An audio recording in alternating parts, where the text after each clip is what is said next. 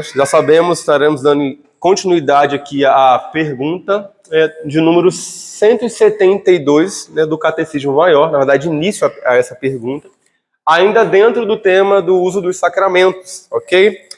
E a pergunta que nós iremos ler hoje é a seguinte, tá? Eu vou ler a pergunta e a gente lê a resposta junto, tá, ok? Vamos lá?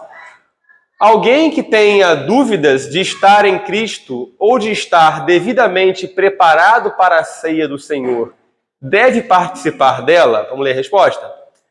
Alguém que tenha dúvidas de estar em Cristo ou de estar devidamente preparado para participar da ceia do Senhor, pode, mesmo sem essas convicções, ter um interesse verdadeiro por Cristo. E Deus considera que as tenha, se ele está devidamente tocado e apreensivo pela falta dessas convicções e deseja sinceramente ser achado em Cristo e apartar-se da iniquidade.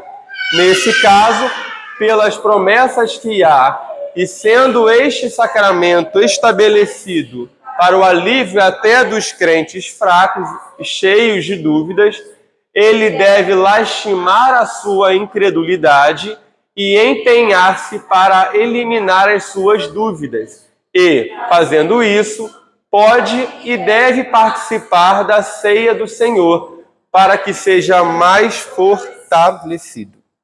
Irmãos, a pergunta e a resposta que nós acabamos de ler, ela parte do entendimento de que é possível que um crente, ainda que seja um crente genuíno, um crente verdadeiro, ele pode, em algum momento da sua vida, e por algumas razões que nós ainda iremos ver, ficar inseguro, estar inseguro quanto à sua salvação pessoal e também quanto à sua preparação correta para a ceia do Senhor. E a pergunta que a gente faz de volta tal crente, nesse estado de insegurança quanto à sua salvação, ou se ele se preparou corretamente para a ceia, ele deve participar mesmo assim da ceia? Ou estaria ele pecando se assim o fizesse, tá? Para a gente entender a resposta ao longo do nosso estudo, eu queria então começar com algumas referências bíblicas para a gente ler, tá? Antes da gente entrar nas referências, vou estar lendo aqui as afirmações do comentarista que a gente usa de base, tá? Que é o Gerardo Voss. Ele vai começar dizendo assim, ó: não sendo a certeza essencial à salvação, é possível tê-la efetivamente sem que se haja alcançado a consciência dela. Vamos lá. Basicamente aqui, o Gerardo Voss, ele vai entender que, e seguindo ao entendimento do Catecismo Maior e da Confissão de Fé, que a certeza da salvação, ela não é essencial à salvação. O que é isso? A ideia é de que é possível, sim, que alguém seja salvo de fato, e ainda assim ela não tenha a consciência exata ou plena dessa salvação. Essa é a ideia. É possível que alguém creia em Cristo e seja um salvo, ainda que não tenha a certeza objetiva e pessoal da salvação. É claro que, embora a certeza da salvação ela decorra naturalmente da fé ao longo da vida de um crente, a certeza da salvação não faz parte essencial da fé. Por quê? Porque o que faz parte essencial da fé é a fé em Cristo, ou da salvação, né? É a fé em Cristo e o arrependimento dos pecados. Mas a certeza da salvação muitas vezes não anda juntamente com a salvação em si. É possível alguém ser salvo, de fato, sem que por algum momento da sua vida ela tenha a certeza pessoal e a consciência plena da sua salvação. Então a ideia principal aqui da afirmação dele é que salvação e certeza da salvação, elas nem sempre andam juntas. E o que a gente vai ver aqui nessas referências que a gente vai estar lendo, né? Que a gente vai estar lendo aqui a respeito de crentes verdadeiros, né? Crentes fiéis ao Senhor, que por algum motivo e em algum momento das suas vidas, eles se sentem abandonados por Deus, se sentem rejeitados por Deus e desesperançosos quanto à sua salvação. Por favor, alguém leia aí no Salmo 88, do 1 ao 18. Ó Senhor, Deus da minha salvação, dia e noite clamo diante de ti. Chegue à tua presença a minha oração, inclina os ouvidos ao meu clamor, pois a minha alma está farta de males, e a minha vida já se abeira da morte. Sou contado com os que baixam a cova. Sou como um homem sem força, atirado entre os mortos, como os feridos de morte que jazem na sepultura, dos quais já não te lembras. São desamparados de tuas mãos. Puseste-me na mais profunda cova, nos lugares tenebrosos, nos abismos. Sobre mim pesa a tua ira. Tu me abates com todas as tuas ondas. Apartaste de mim os meus conhecidos e me fizeste objeto de abominação para com eles. Estou preso e não vejo como sair. Os meus olhos desfalecem de aflição. Dia após dia venho clamando a ti, Senhor, e te levanto as minhas mãos. Mostrarás tu prodígios aos mortos, ou os finados se levantarão para te louvar? Será ferida a tua bondade na sepultura, a tua fidelidade nos abismos? Acaso nas trevas se manifestam as tuas maravilhas, e a tua justiça na terra do esquecimento?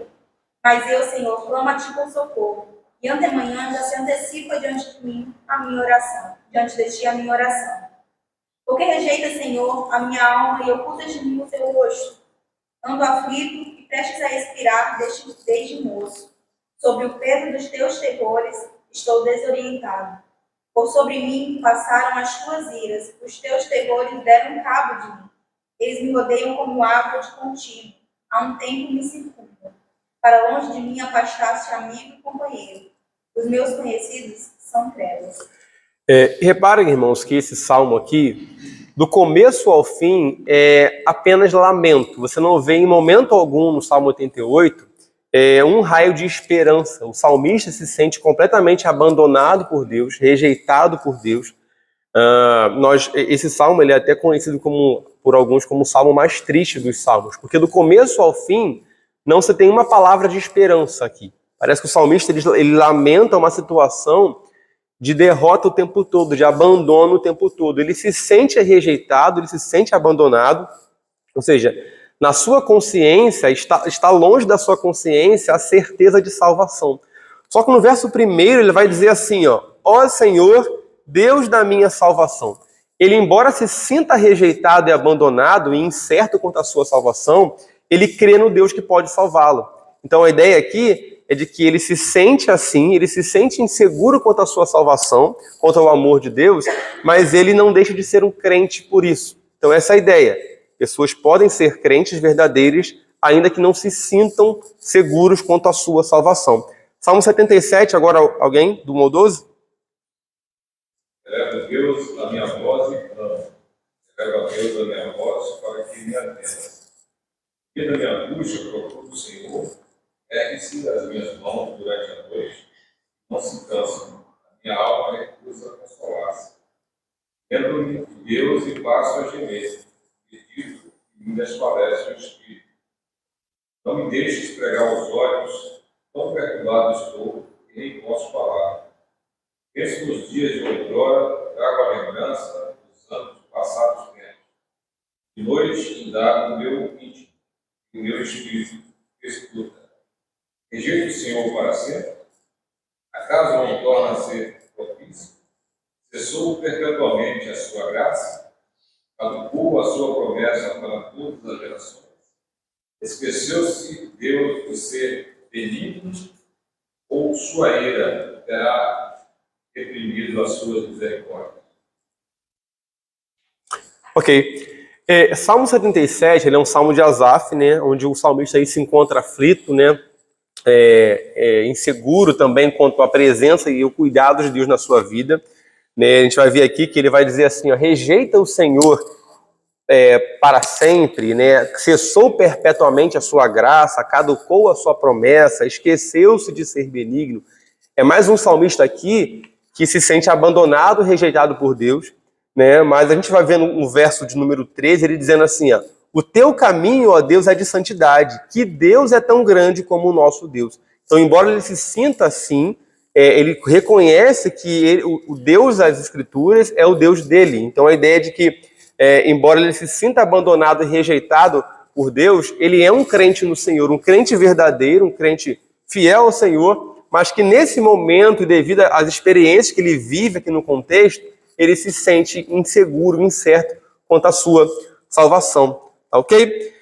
Mais uma referência para a gente dar uma olhada é do Salmo 42, antes de eu estar lendo aqui a frase do nosso comentarista. Ele vai dizer assim, ó, a intensa preocupação com a salvação, aliada ao desejo ardente de ser achado em Cristo e de apartar-se da iniquidade, é um indicativo de que se está na graça, mesmo que a certeza subjetiva da salvação falte ou seja deficiente. Vamos lá, gente.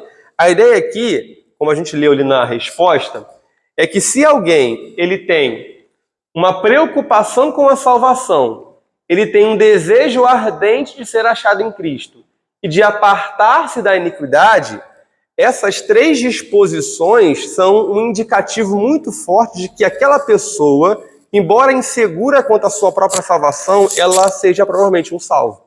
Porque se preocupar com a salvação, alguém que quer ser achado em Cristo e que quer se apartar da iniquidade, são coisas próprias de um salvo, de um crente. Então, alguém que se sente inseguro quanto à sua salvação, mas que possui essas disposições do coração, não pode ser um ímpio, porque o ímpio não quer se apartar da iniquidade, o ímpio não quer se achegar a Cristo, e o ímpio tampouco está interessado ou preocupado com a sua salvação. Então, o fato de alguém estar inseguro com a sua salvação já é uma evidência em si de que essa pessoa é uma pessoa salva. Então, basicamente, é isso que o autor está dizendo aqui. Por exemplo, a gente vai ver lá na referência aqui, Salmo 42, versículo, pode ler de 1 ao 5, por favor, alguém. O que a gente vai ver aqui? A gente vai ver aqui um crente, um salmista aqui, que, mais uma vez, ele, embora inseguro quanto à sua salvação, né, tendo a certeza da sua salvação aqui abalada, diminuída, ele é alguém desejoso de agradar a Deus, o que vai ser um sinal, o que é um sinal de que ele, desse modo, ele é um crente no Senhor. Salmo 42, de 1 a 5, por favor. Como suspira a força pelas correntes pousadas, assim como de ó Deus suspira a minha alma. A minha alma tem sede de Deus, o Deus vivo. Quando irei e me virei perante a face de Deus. As minhas lágrimas têm sido meu alimento dia e noite, enquanto me dizem continuamente, o teu Deus, onde está? Lembro-me dessas coisas, dentro de mim se me derrama a alma, como de como passava eu, como multidão de povo, que os guiava em procissão à casa de Deus, entre gritos de alegria e louvor, multidão em festa. Por que está abatida, ó minha alma? Por que te perturbas dentro de mim? Espera em Deus, pois ainda louvarei a Ele. Ok, tá aí. O que a gente viu aqui agora? Um salmista que tem a sua alma e sente na sua alma uma alma abatida, uma alma perturbada, né, e que vai ouvir, né, das pessoas aonde está o seu Deus. Então ele se sente inseguro também quanto ao amor de Deus, quanto à proteção de Deus e talvez quanto à sua própria salvação.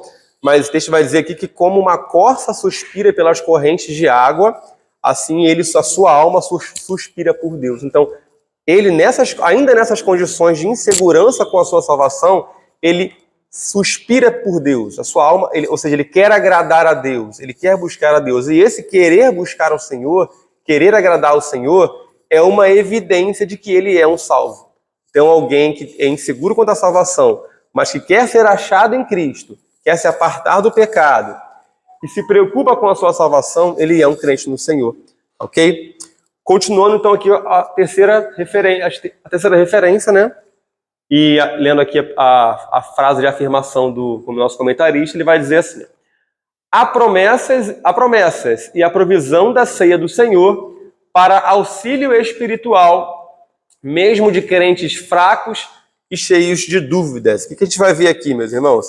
A ideia de que na Bíblia, ou a Bíblia, ela é repleta de promessas para tais tipos de crentes que se sentem fracos, de crentes que se sentem inseguros. Então a ideia aqui é de que Deus ele não deixa crentes inseguros quanto à sua salvação à mercê das suas próprias fraquezas. Ele se interessa em fazer com que essa insegurança quanto à salvação ela seja superada, né? Seja diminuída, né?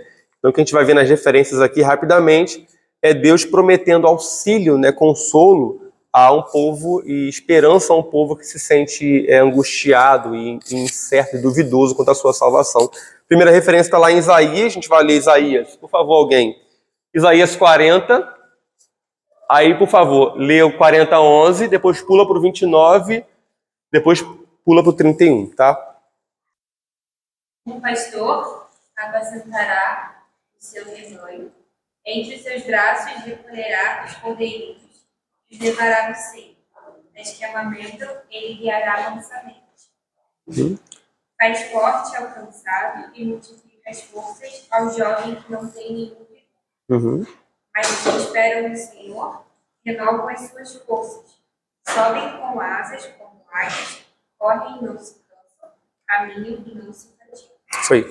É um texto bem conhecido e a ideia aqui no contexto de Isaías é de que Isaías aqui ele está profetizando a um povo que, o contexto de Isaías ali estava sob o exílio, né, babilônico, e o povo estava prestes a ser liberto do exílio, né, babilônico, depois de 70 anos ali sendo castigado, sofrendo o castigo, né, e a disciplina do Senhor. E a ideia aqui de que Deus ele não deixou o seu povo à mercê dos seus pecados. Deus promete retorno à terra prometida, né, e aí a gente vai ver, como a gente leu ali no Salmo, no versículo dizendo assim, né, em Isaías, que ele apacentará o seu rebanho, que entre os seus braços recolherá os seus cordeirinhos, de que ele faz forte ao cansado, ele multiplica as forças, e os que esperam no Senhor renovam as suas forças. Então, Deus prometendo auxílio espiritual a um povo que estava no contexto do exílio e que provavelmente se sentia abandonado por Deus, rejeitado por Deus, inseguro quanto à sua própria salvação. Da mesma forma, é da vontade do Senhor prometer e ajudar aqueles que também têm dúvidas quanto à sua salvação, e ele faz, como a gente viu aí, promessas para que isso aconteça, né? E a ceia do Senhor, como nós iremos ver, ela é um instrumento, um meio através do qual nós somos ajudados a superar essas incertezas, essas dúvidas quanto à nossa própria salvação. Tá? Outro versículo que a gente vai ler aí, acho que a gente até já leu no início, né? Tenho certeza, que é Mateus 12:20, né? Que ele não esmagará a cana quebrada, nem apagará o pavio que fumega, né? Então a ideia aí é de que Deus, quando o Messias viesse, como ele veio, ele não veio para acabar de destruir aquela cana que ficava ali ao redor, no encosto ali do rio, onde ela era atacada por água, né? Por vento forte, ela facilmente se quebrava. E Cristo, quando viesse, não iria terminar de quebrar essa cana e nem iria terminar de apagar o pavio que fumega, né? O pavio, como a gente viu no início aqui, era aquele pedaço de pano que era colocado ali na candeia, né, para que aquilo gerasse ali fogo, né? E ao finalzinho, quando o azeite já estava no final, ali o fogo bem, bem pequenininho, saía só aquela fumacinha. Então a ideia ali de que o Messias viria não para terminar de apagar aquele fogo, mas para reacender o pavio que fumega. Então a ideia é de que ele promete alívio aos que se sentem inseguros quanto à sua salvação. Eu vou já partir agora então para a última, tá ok? Referência que vai dizer assim, lá o comentário do Gerardo Oswald, vai dizer: quem estiver afligido por dúvidas sobre a sua salvação, ou se está devidamente preparado para participar da ceia do Senhor, depois de fazer tudo o que pode para remover as dificuldades, deve participar da ceia do Senhor para seu proveito espiritual. Vamos lá, gente. Atos 2:37. Ouvindo eles estas coisas, confundiu-se-lhes o coração e perguntaram a Pedro e aos demais apóstolos: que faremos, irmãos? Vamos lá.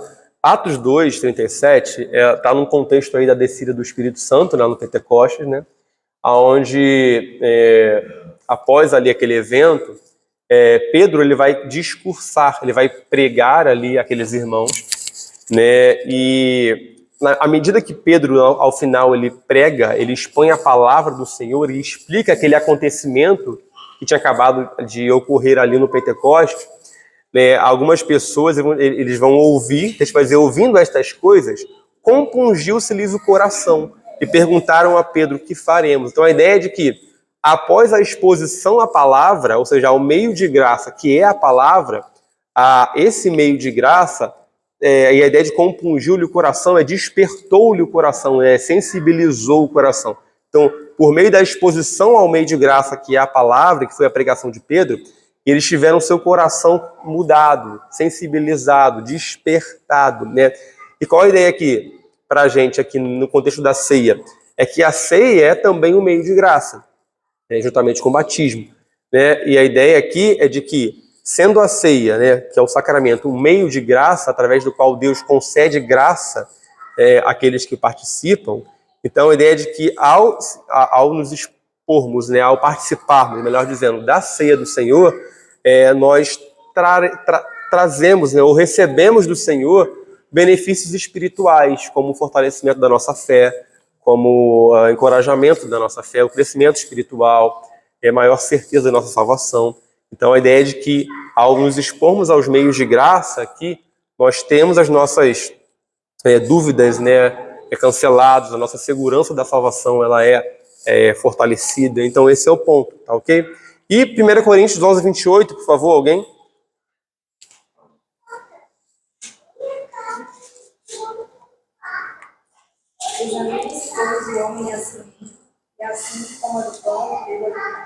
Ok, mais uma vez aí, a ideia aí de Paulo, né, falando aos Coríntios, né, após o exame de cada um, de si mesmo, coma do pão e beba do cálice. Então, Paulo está dizendo assim: olha, se você está inseguro quanto à sua salvação, não toma não, nem beba não.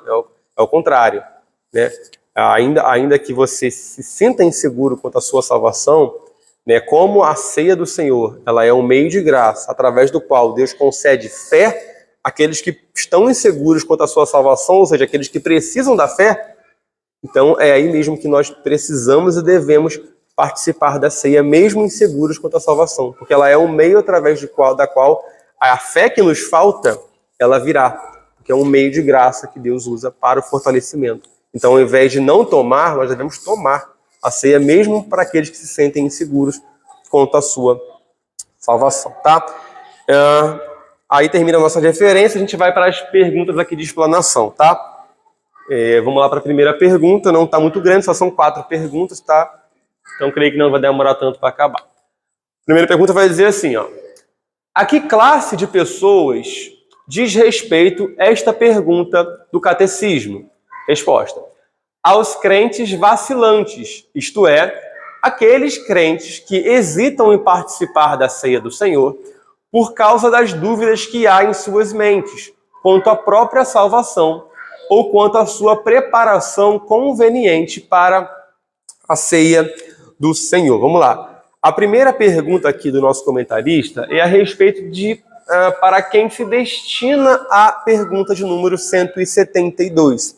E a resposta dele é que se destina àqueles crentes que são crentes verdadeiros, que possuem fé no Senhor, mas que não estão seguros totalmente quanto à sua salvação, ou que passam por um momento da vida, devido a algumas circunstâncias, que o levam a duvidar da sua própria salvação. Então a pergunta é esses crentes, as quais eles chamam de crentes vacilantes, crentes que têm dúvidas quanto ao seu estado espiritual. Então é a essas pessoas, né?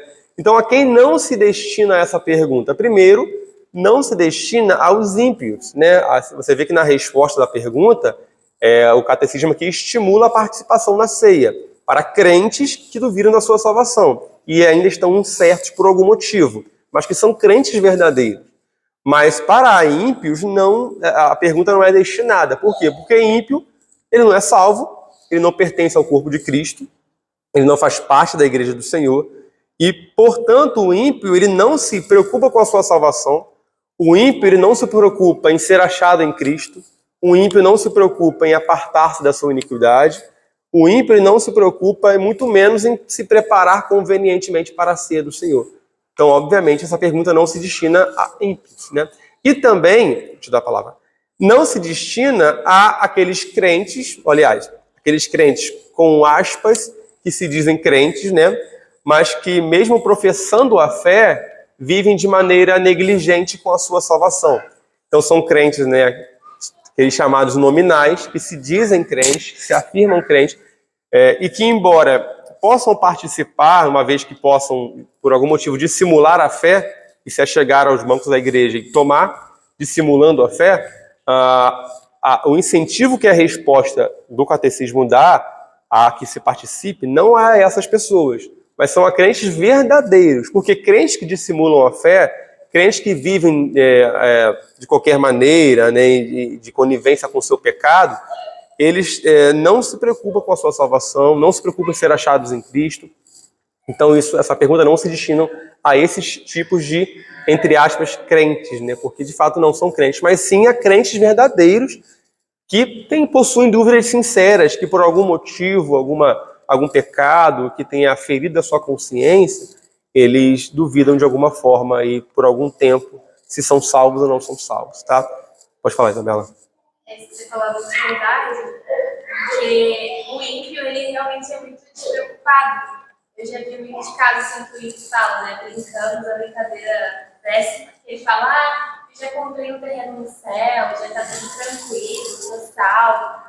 Ou então, não, minha família já é crente, tá tudo certo. Você vê realmente que eles estão. Para eles tá tudo garantido. Eles não se preocupam com o que é o pecado, né? Com o terror do pecado, né? Com o mal que o pecado é. Né? E a Bíblia vai falar, né, que eles estão mortos em delitos e pecados. Então eles não se preocupam com a salvação, eles não se interessam em comungar com os santos. Pelo contrário, né, a Bíblia vai tratar eles como inimigos de Deus. Então logo aqui o incentivo a participar da ceia é para crentes fracos, mas que são crentes. E não para ímpios ou aqueles que se dizem crentes, mas não são crentes. Nossa irmã, por favor. Como podemos definir esse ser achado em Cristo? É de fato aqueles que são... que querem na sua consciência terem a própria consciência de que são crentes verdadeiros. Então essa é a ideia. Aqueles que se... Porque essas pessoas são achadas em Cristo. Eles têm fé em Cristo. Elas creem no Senhor. Mas elas só não têm ainda a consciência subjetiva, mental desse ser achado, né? De ser salvo. Mas elas são de fato achadas em Cristo. São crentes no Senhor. Elas buscam o Senhor verdadeiramente. Mas, como a gente vai ver aqui, por algum motivo, por algum tempo, essas pessoas elas podem duvidar da sua salvação por causa, por exemplo, de um pecado que ela venha cometendo ou que tenha cometido um pecado grave, que muitas vezes fere a consciência dela e ela duvida se ela é achada em Cristo ou não. Se ela está em Cristo, ela está salva em Cristo. Mas, de fato, ela está. Mas ela duvida desse estado pessoal. Mas a fé dela está em Cristo. Ela é uma crente no Senhor. Mas ela duvida desse estado de ser salvo. Então, basicamente, é a mesma coisa que ser salvo. Ok? Tá? Vamos para a segunda pergunta, meus irmãos. Vai dizer assim, tá? Que diferença há entre salvação e segurança da salvação? A resposta vai ser assim, ó. A salvação refere-se à relação da pessoa com Deus. A segurança da salvação refere-se ao sentimento de segurança da pessoa em sua própria mente quanto à sua relação com Deus. Então aqui o nosso comentarista vai fazer uma diferença entre o que é a salvação em si e o que é a certeza ou a segurança dessa salvação. Lembrando que são duas coisas diferentes, como a gente já tem dito aqui. É possível alguém ser salvo, ter a salvação e não se sentir seguro quanto à sua salvação. Então vamos lá. Ele vai dizer aí que a salvação diz respeito à relação da pessoa com Deus. Qual é o ponto aqui? A salvação, ela diz respeito ao fato de alguém, de uma pessoa, ela uma vez tendo sido eleita pelo Senhor, tendo sido chamada eficazmente, tendo sido regenerada, justificada, convertida e santificada, essa pessoa é uma pessoa salva. A relação com Deus dessa pessoa, antes era uma relação de inimizade. Agora é uma relação de paz com Deus, né? Por meio da justificação em Cristo, tal pessoa é salva, é justificada, de modo que essa relação com Deus ela não é mudada, né? É uma vez que ela é salva, e de acordo com a doutrina da perseverança dos santos, a pessoa ela permanecerá sendo salva até o fim, né? Permanecerá salva até o fim. Então a relação com Deus deixa de ser uma relação de inimizade, de conflito, para uma relação de paz, para uma relação não só de paz, mas também de filiação, né? Uma vez que nós somos adotados, né, por Deus, né, como filhos adotivos, né? Então a ideia é de que a nossa relação com Deus ela é mudada na salvação, tá? Então, qual a ideia? É de que essa relação com Deus de salvação, ela independe do sentimento subjetivo que a pessoa tenha em si mesmo, em relação à sua salvação. A relação com Deus é uma coisa, o sentimento de salvação é outra, a segurança da salvação. Então, o que é a segurança da salvação? Ele vai dizer aí, né? Que a segurança da salvação refere-se ao sentimento de segurança da pessoa em sua própria mente quanto à sua relação com Deus. Então, a ideia é de que não possuir a certeza da salvação, ela é diferente de não possuir a salvação. A salvação, a pessoa possui a salvação, embora não possa possuir a certeza da salvação. Não são coisas que não são... A certeza da salvação e a salvação são coisas que podem não andar juntas. Ela pode ser salva e pode, ainda assim, não andar segura dessa salvação. Então, por isso que quando você ouve, né, ou se você ouvir alguém que está duvidoso quanto à sua salvação, a gente não deve taxar essa pessoa de incrédula, né, de não crente, porque ela pode ser uma crente no Senhor, ainda que ela possua dúvidas quanto à sua própria salvação. Por exemplo, a gente vai ver aqui esse tema da segurança da salvação, né, porque dentro da nossa pergunta de hoje, a gente está vendo aqui a questão da segurança da salvação juntamente com a possibilidade ou não dessa pessoa insegura tomar a ceia. Mas o tema propriamente dito da segurança da salvação, provavelmente os irmãos devem ter visto lá na pergunta de número 81, que fala exatamente sobre o assunto da segurança da salvação, né? Vai dizer assim, ó, eu estou lendo só a pergunta e a resposta, tá? Não vou entrar muito no comentário. Só para a gente relembrar, ó. Todos os crentes verdadeiros têm sempre a certeza de que agora vivem no estado de graça e que serão salvos? É a resposta. Não sendo a certeza da graça e da salvação, como nós vimos aqui agora, da essência da fé, os crentes verdadeiros podem esperar muito tempo antes de obtê-la, e mesmo depois de a desfrutarem, podem enfraquecê-la e interrompê-la por múltiplas perturbações, pecados, tentações e deserções. Contudo, jamais são deixados sem a presença e o amparo do Espírito de Deus, que os livra de caírem em desespero absoluto. Então a ideia aqui a certeza não faz parte da essência da fé, é possível ter uma coisa e não outra, e que os crentes eles podem esperar muito tempo antes de obtê-la.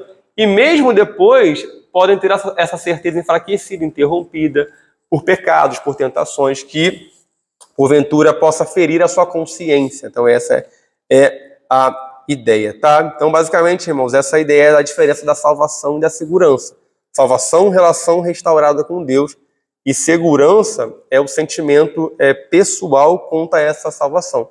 Que pode ser, alguém pode de fato ter a certeza da sua salvação, mas também pode ter essa certeza abalada, diminuída, né? Ou interrompida, né?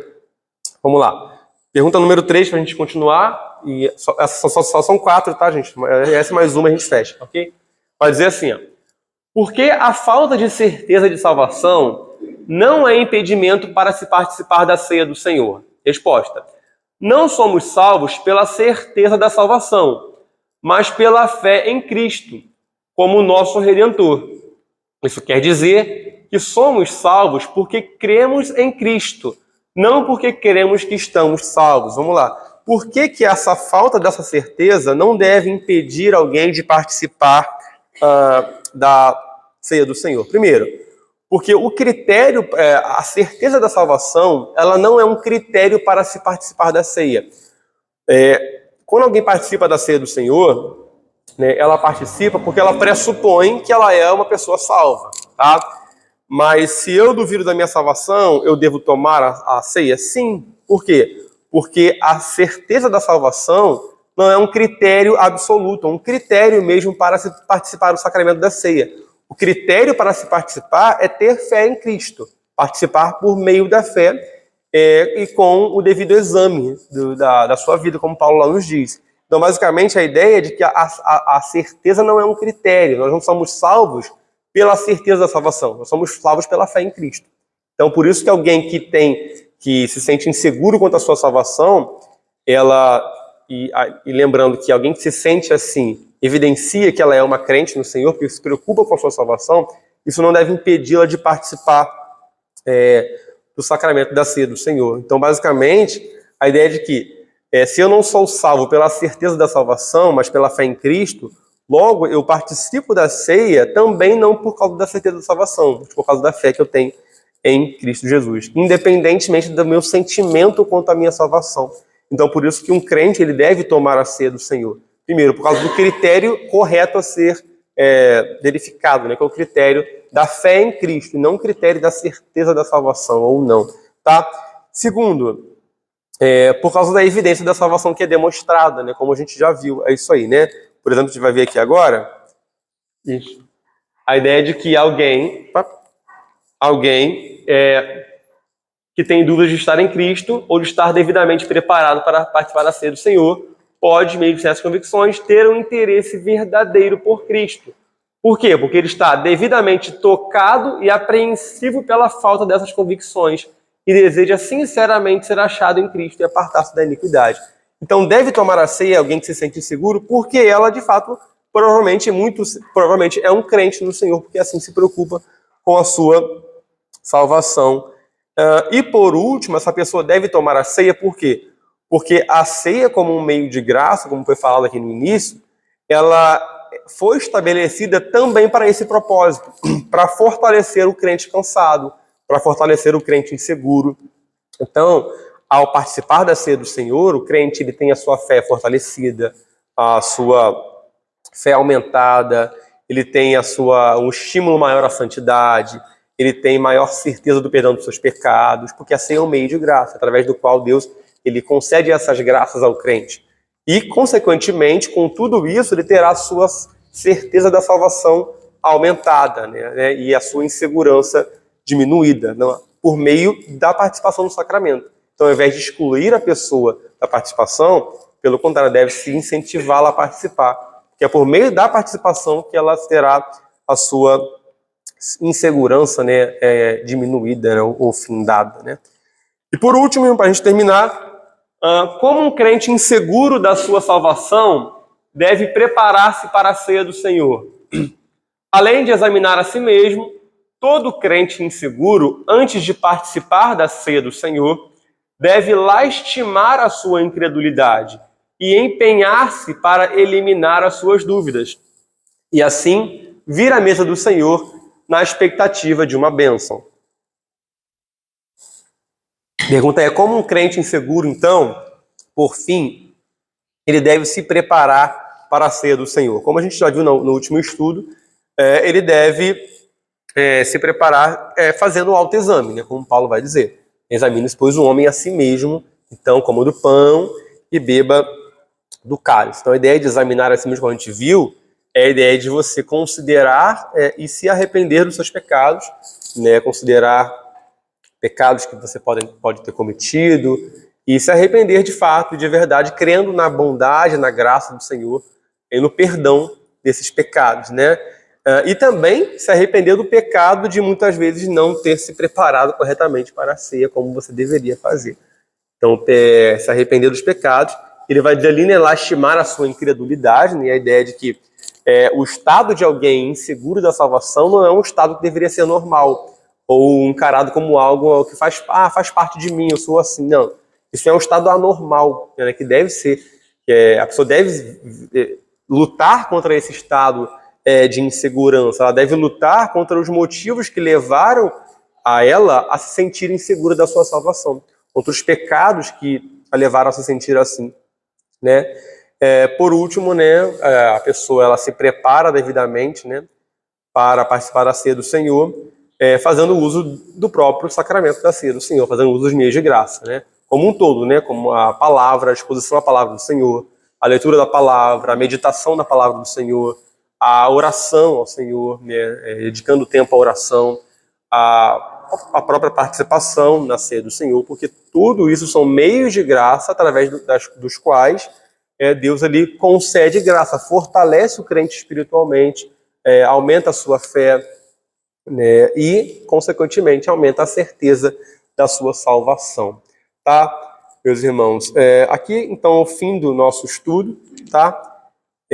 Alguém, porventura, tem alguma colocação para fazer, algo a dizer, que queira comentar, queira perguntar? Se não, eu gostaria, então, se não, acho que não tem, de orar ao Senhor para encerrar o nosso estudo e em seguida a gente vai partir então para os pedidos de oração, ok? Vamos orar? Senhor, nosso Deus e Pai, queremos agradecer ao Senhor por esse estudo, que o Senhor nos ajude, Pai.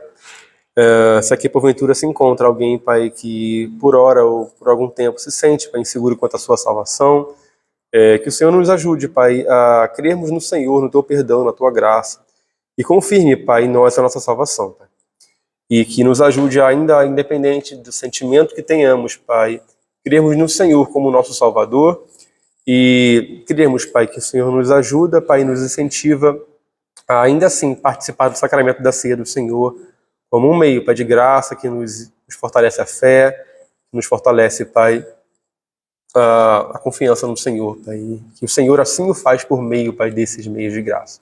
Que o Senhor nos ajude, Pai, a amarmos ao Senhor e fortalecendo, Pai, os nossos corações. Pai. Também pedimos agora ao Senhor que nos ajude a lembrar dos pedidos de oração e que, segundo a Tua bondade e graça, o Senhor nos ouça, Pai, e atenda para os nossos pedidos de oração, Pai, ao Senhor. Pai. Em nome de Jesus, Pai, eu te peço tudo isso e te agradeço com o perdão dos pecados. Amém.